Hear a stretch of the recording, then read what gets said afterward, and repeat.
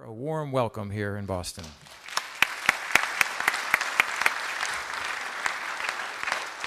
Good morning, everybody. It's an honor to be here. I got into the medical cannabis field because of a friend who was sick. My background is pediatric emergency medicine, which I did for about 13 years in the Los Angeles area. Busy hours, working at night, taking care of pretty sick kids in the inner city and East LA. And then I had a small child at home, and I was burned out. And so I took time off, and at that time, you know, we all say things happen for a reason. A friend of mine contacted me who was sick and said, I want to use medical cannabis, and I was utterly ignorant. I had no idea. I remember the college days, and after that I had no experience. So I decided to do my research, and I started reading, and because I had time on my hands, I was able to read a lot of the scientific literature, and I was blown away. And I said, I'll help you. And then when I decided to go back to practice, I decided to transition into the medical cannabis specialty, and that was in 2008. And I really haven't looked back since then. I take care of both adults and children, and because of my pediatric background, I, in the past 3 years, and again, part of that too because of Dr. Sanjay Gupta's documentary, have had an incredible surge of pediatric patients seeking care. Unfortunately, California has the reputation of the Wild West, and I would say that without regulations there, it is kind of hard to practice. But what I'm going to tell everybody is that my patients are getting medicine, my patients are getting better, my patients have better quality of life. And so the rest of the country, it is imperative that we follow, or the rest of the country follows California. We have a lot of things that we can do better there, and I think that we're working on it with the government's now stepped in a little bit to help regulate. I think people in the industry are starting to recognize that they have to self-regulate. I heard Dr. Meshulam say yesterday, medical and recreational need to be separated. Absolutely, 100%. They both need to be available in every state. In this great country of ours, we need to lead the way for the rest of the world, because this is a plant that has some incredible properties, and in a country where we allow people to drink alcohol and smoke cigarettes, I mean, really, we have to look at ourselves and say, what are we doing? So without further ado, I'll just move on here. I just decided to make a list of diagnoses of the patients that I see in my adult patients. This is just some of the more common diagnoses. As you can see, it spans just about everything. In one day's time, I can see patients with 10 different organ systems involved. And so, again, going back to the endocannabinoid system being involved in all of these illnesses, that's why it works. You know, even my own attorney says, oh, you think it cures everything. And I said, no, it doesn't, but you have to look at where the cannabinoid receptors are located. And that will help lead you to understand what's going on with these illnesses. With pediatrics, as you can see, it's just a handful of diagnoses. By far, it's the patients that I see with treatment-resistant epilepsy. I'm seeing a lot more patients with autism, and I think John did an excellent talk about how this is such a devastating disease for families. It really impacts the quality of life for everybody. Think about siblings who are living with this, who struggle to just go to school. They have a sibling at home that they're terrified of. This is something that definitely needs to be addressed. Advanced cancer in pediatrics, which is heartbreaking. And then I've been seeing a fair amount of patients with severe psychiatric disorders and also PANDAS, which I'll go over. Only a few patients with that, but I've had very good success in just that handful of patients. The rationale for cannabis use in pediatrics is that over the past decade or so, with thanks to many of the researchers that are looking at endocannabinoid dysfunction, there is some scientific evidence showing that these patients are having manifestation of endocannabinoid dysfunction. If their endocannabinoid system is not working, we are seeing illness. Also with cannabis, if you look back throughout time, going back even to the mid-1800s, there are reports looking at the safety of cannabis. There was one that British researchers went to India to look at the safety, and it's a really interesting report from 1894. And then there's been multiple reports after that of the safety profile. This is safe. Of course, with children, I like medical supervision, but there's no question that cannabis in general is quite well tolerated and certainly safer than most of the medications that we're prescribing to children. Quality of life, of course, is very important. When you have a child who's ill, and the parents in the audience who have an ill child can tell you quality of life is terribly impacted. When it comes to some of the cancer patients or some of the patients with epilepsy who have terminal genetic disease, just compassionate care and end-of-life importance there. And there's no question that that helps people get through that. In California, of course, since 2012, we've been able to test the quality of products. Does it have a ways to go? Yes. And certainly after Kevin's talk, I've learned a lot more about testing for microbial organisms. But we do have the ability to test so that patients can be somewhat assured that the medication that they're getting is clean. And then, of course, research is still desperately needed. There's a lot of research coming out now. The fact that we're all here today looking at this is absolutely inspiring to me. I've met so many people who are interested and intrigued by this plant, and all of us need to really go out there and spread the word and lead the way. So what I did with my practice, since I don't have a lot of time today, I decided just to kind of collect my data. And so I looked at my patients who came to me with treatment-resistant epilepsy. They had to be on at least 3 months of oil, and some of them were even on oil a year or even 2 years, and it's a whole plant oil extract. And I was able to get results from 201 patients that responded to my emails. And the age range was 5 months to 18 years. And just people always ask me, how many patients do I have? I have over probably 300 plus pediatric patients using cannabis right now. And 200 responded to about 201 responded to the email. So average number of anti-epileptic drugs tried prior to coming to my office was 12, and there was a range of 2 drugs all the way up to 22. The average number of drugs that they were taking at the same time as they started CBD was 3, with a range of 0 to 7. There were 15 patients in this group who were not taking any other drugs at the same time that they started CBD, which definitely, in my experience, makes it easier because of the drug interactions. And then I listed the common comorbidities. I mean, these patients have a lot of challenges: global delay, CP, autism, cortical visual impairment, feeding difficulties, and so on. So it's not just one thing necessarily that we're looking at counting seizures. We're also looking at, are these other issues being improved by cannabis as well. And then the strains and the CBD to THC ratios varied. Charlotte's Web is a fairly common medicine for patients to use, and it's about a 27 to 1 CBD to THC ratio. And then various preparations of ACDC, which is available in California. And I will tell you that I've been doing this 8 years now. When I first started, nobody even talked about CBD, and really until about 2012, 2013 is when we started talking about it, and literally because of the push of families to get access to this medication, in the past year and a half, it went from 1 product available to now at least probably 10 or 12 products available for people to try that are clean and tested and in general so far fairly safe for my patients. And here I made a chart of the results that I've seen. So as you can see, some patients did have worsening seizures, and we like to attribute that to drug interaction, but 2 of these 8 kids actually were not on any medication. So there's no question that some of these patients do not do well with CBD. No response in this particular group was 6. And I do know that I have a higher number than that did not respond to my emails.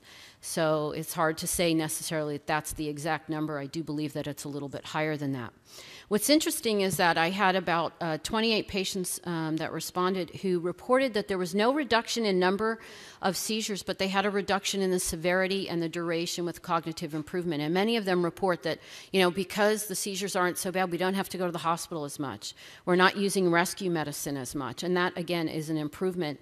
And remember, these are people who are living with seizures sometimes in dozens of seizures a day. Some even have hundreds of seizures a day, who are now saying we're having some improvement in the quality of life because we're not in the hospital every 4 weeks. And again, the disruption to family life when you're in the hospital all the time. And it's funny because one of my patients is actually doing quite well when the family came back for a recheck just recently.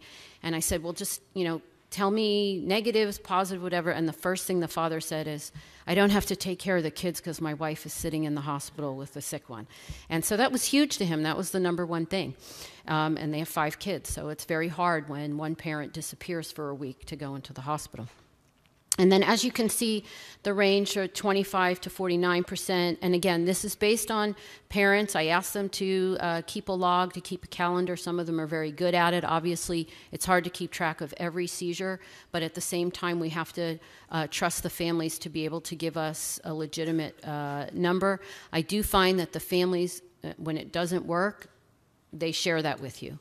This is a costly medicine in California. It's out of pocket, and when it's not working, I hear about it. So I do feel that it's somewhat reliable data here.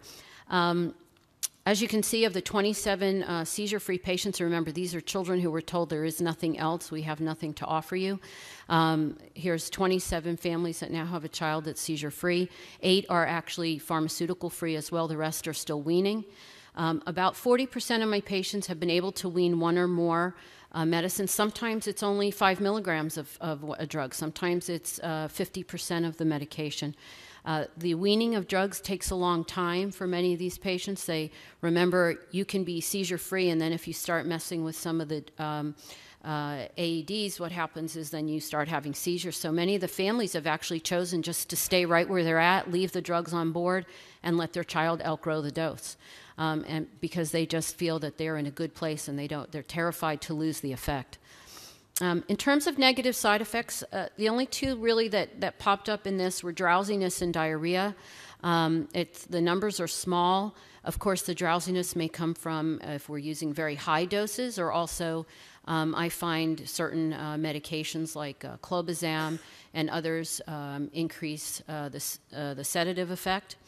And then if you look at the positive side effects, this is where parents on the survey really just kind of went nuts writing things. More alert, better mood, better sleep, more energy, better response to therapy. And as you can see, and I put in quotes, able to argue. One parent actually complained to me that their child wasn't as compliant because he was less drugged up and more with the program, and now he cared if you put his shoes on and gave you a hard time about putting his shoes on when they left the house. So to me, that's called a normal child, and parenting is part of that. No ER visits, less need for rescue medication. Some of my families actually measure, they used to use rectal Valium 6 times a month, and now they've only used it once in the last 2 months. So to them, they can see that that's their objective, because sometimes it's hard to count seizures or clusters. And then I have 2 patients that also have type 1 diabetes, who also the parents reported that it appeared that the glucose became more stable after. And, that's unclear if it's a metabolic issue or if the child's not seizing so much that you have better control of the glucose. In my experience, each and every patient is an individual and will respond. Everybody says, what dose, what dose? There is no one dose for every patient. It is just like everything in medicine, it needs to be personalized. I usually start at about a half a milligram per pound or 1 milligram per kilo per day. Every 8 hours. I do find that in the beginning, every 8 hours works better. Some patients are able to go to every 12 hours if they've been successful and they've been on the oil for quite some time. And then I just increase slowly every couple of weeks. I stay in close contact with the patient so that we can titrate up and find the dose. Again, because it's expensive oil, I don't want to leave them on a subtherapeutic dose for 3 months and then check on them then. It doesn't make any sense to me to do that. We just kind of start going up. And the average dose, as you can see, is between 5 and 8. I have a lot of patients under that do well. Some patients are over that are doing well. But on average, I would say the majority of patients fall between that range. In California, because there's many different preparations, if it's not working, you can change strains, you can change ratios. I have not found patients, once they find their dose that seems to work, they don't develop tolerance to it. It appears that they're able to stay at that dose. However, this interesting phenomenon has come up, and somebody asked a question of Dr. Meshulam yesterday. This terminology called CBD saturation has come up. And it appears that for some of the patients, if they've been on the oil for quite some time, if the child starts having more seizures out of the blue, they've been doing well, all of a sudden they start having seizures. They're not sick. They haven't weaned medication. That doesn't appear to be anything else. Sometimes, somebody came up with this term CBD saturation, but really the idea is that you maybe don't need so much, and we've been able to actually back down on dose. And what's happening is that the children respond to that. I've lowered dose in at least 25 patients, and everybody says, oh no, you're going to lower the dose, what's going to happen? But they actually do well, and they stop having the clusters of seizures that kind of came out of the blue. Another thing we're using in California is THCA, which is a non-psychoactive raw form of cannabis. It wasn't really readily available until about maybe 1 or 1.5 years ago. I've seen a fair amount of patients get seizure reduction, especially for drop seizures. And just to mention, cost in California is an issue. This is out of pocket, and the medication can be expensive, especially if it's based on weight and you have a large-sized child, teenager, or so. It can get very expensive. Now, John covered autism, so I'm not going to go over that too much, but I will tell you that I'm getting some very good results. There is one human study showing that children with autism have increased cannabinoid receptors, and the question is what does that mean, and how do we translate that? But it appears that there is some dysfunction in the endocannabinoid system. I have probably 70 plus autistic patients in my practice. I, again, did a survey, and I had 27 patients, parents who responded, children between the ages of 3 and 18. I did have some patients with CBD. They were overstimulated. They just became more aggressive, more agitated. Sleep was disrupted. A handful of patients, it didn't work. And about 17 out of these 27, the parents did report some improvement with calmer behavior, and really the big thing was reduced aggression, and that's very important, as John spoke about. And for many of my patients, the self-injurious behavior is very difficult. I've had patients come in with pillows wrapped around, helmets, mouth guards, all kinds of things. And if we can get that reduced, it would just mean such incredible quality of life improvement. I do find that these patients don't need very high doses. You can do anywhere from 1 to 3 times a day dosing. I listed the popular strains there, and again, high CBD can be stimulating. Some of these patients really respond very well to combination CBD, THC, and different ratios, 10 to 1, 5 to 1, 1 to 1. And so what I often do is have a separate bottle of CBD and a separate bottle of THC, and it allows the parents to personalize the medicine for that child. For pediatric cancer, as you can see, I've listed here, a lot of the side effects. I look at cancer in 2 ways. One is you're treating symptoms associated with the cancer itself or the treatment. And then also I have some patients that come to me who have exhausted every option. They've read on the internet that cannabis may fight cancer. And so, again, because cannabis has been available in California now 20 years as a medical approval, many of these patients are accessing high-dose oil, and I'm sure somebody today is going to talk about this a little bit more. But what's interesting about this is that I've actually seen some really very good results. And on this slide, I talk about, I refer you to this one particular case report that was published in 2013 of this cannabis extract for use in a 14-year-old who had a terminal acute lymphoblastic leukemia with terrible genetics. She, after 4 years, was sent home without any treatment. And this was in Canada, and the parents obtained some cannabis oil untested. They had no idea what they were giving her, but the doctors were able to follow her blood work. And remember, with leukemia, you can draw blood and you can follow the leukemia cells in the bloodstream, and they basically did it every 3 to 5 days. And when they started, and if you go to the slide or the study, you'll see that as the leukemia cells dropped as the oil went up, and it was a clear-cut dose-response curve. And this is just, a case report, but it did clearly show two things. One, she wasn't on any other medication, and because of her severe illness, they cannot attribute this to spontaneous regression. So it was clear-cut that the cannabis oil was doing something for this patient. I have a case report of a 16-year-old who came to me a year ago, April, with a stage 4 osteosarcoma, metastatic to lungs, to lots of different areas of bone. And they came in, referred in by an oncologist, so bravo to her for sending the patient to me. And we started very low dose CBD THC, and we went very high. We have no clinical trials. I have no idea about dosing. I don't want to underdose, and cannabis is fairly well tolerated. And the parents were willing to kind of push the dosing.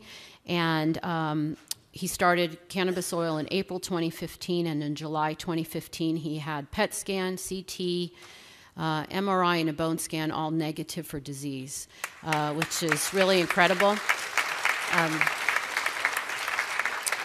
He had repeat scans in November, which were negative. I called his oncologist, and I said, "What do you think?" And she said, "Well, he should be dead." And I just saw him last week. His hair's growing back. He's off chemo. He's a little bit beat up from his 3 years of chemotherapy, but he's back in school and he's doing really well. He was on gemcitabine, and I just put the study on here. For about the first 8 months of his treatment, he was on gemcitabine, which is in one study synergistic with cannabinoids to increase cancer killing. So, I am flying blind a little bit in a lot of these patients, but it appears so far that we're getting some good results. I never say cure with cancer because I don't know, but I definitely say extension of life. And then I've been given the sign to get off the stage here, so I'm just going to real quick just say cannabis treatment of pediatric psychiatric disorders. These are usually very severe cases that come to me. This is not just simple, my kid has anxiety. And usually patients have tried multiple things, and it's pretty much the same. You start low dose. I prefer to start high CBD to low THC because, again, developing brain, and we just kind of titrate up, and if we have to, we add very tiny amounts of THC just to play with it a little bit and see what's tolerated, and I've seen some very good results. PANDAS, if you're not familiar, is something that is still probably underdiagnosed. Pediatric autoimmune neuropsychiatric disorder associated with strep infection. So what happens in some patients is they get this strep infection that basically causes a dysfunction in the immune system that creates a psychiatric condition. And parents say, "My kid went crazy," and nobody relates it back to the strep. But now we're starting to see that there's this relationship. I've had 3 cases in my practice, and I've had very good results, all responding well to CBD-rich cannabis oil. It's just an N of 3, but it's a place to start. The parents report that they feel like their child is coming back to normal. And so that's very important.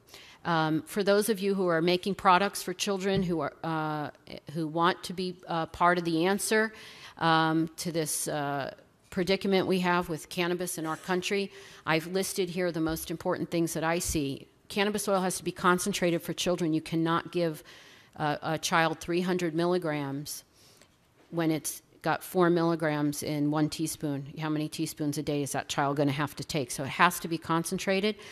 Consistency and strain. If a family finds a strain that works, they don't want to go back next month and hear, "Oh, gee, you know what? We didn't grow that one anymore. We have a new one." That's not an answer for a family who has a very sick child. Laboratory tested goes without saying. Affordable. And then a reliable supply. You can't go back to your supplier and they say, "Oh, we sold out of that one. Why don't you try something else?" That's not going to work for these families. And then This is the best slide of all. These are all some of my patients. One of my patients went to Venice Beach and put cannabis glasses on her child who is seizure-free and pharmaceutical-free after 13 years of struggling with seizure disorder. Love that. This is, I just want to say, this is what keeps me going, is these kids right here. And if you ever kind of get discouraged by what's going on with the government or someone in your way, just try to focus on these families and continue to move forward. Thank you.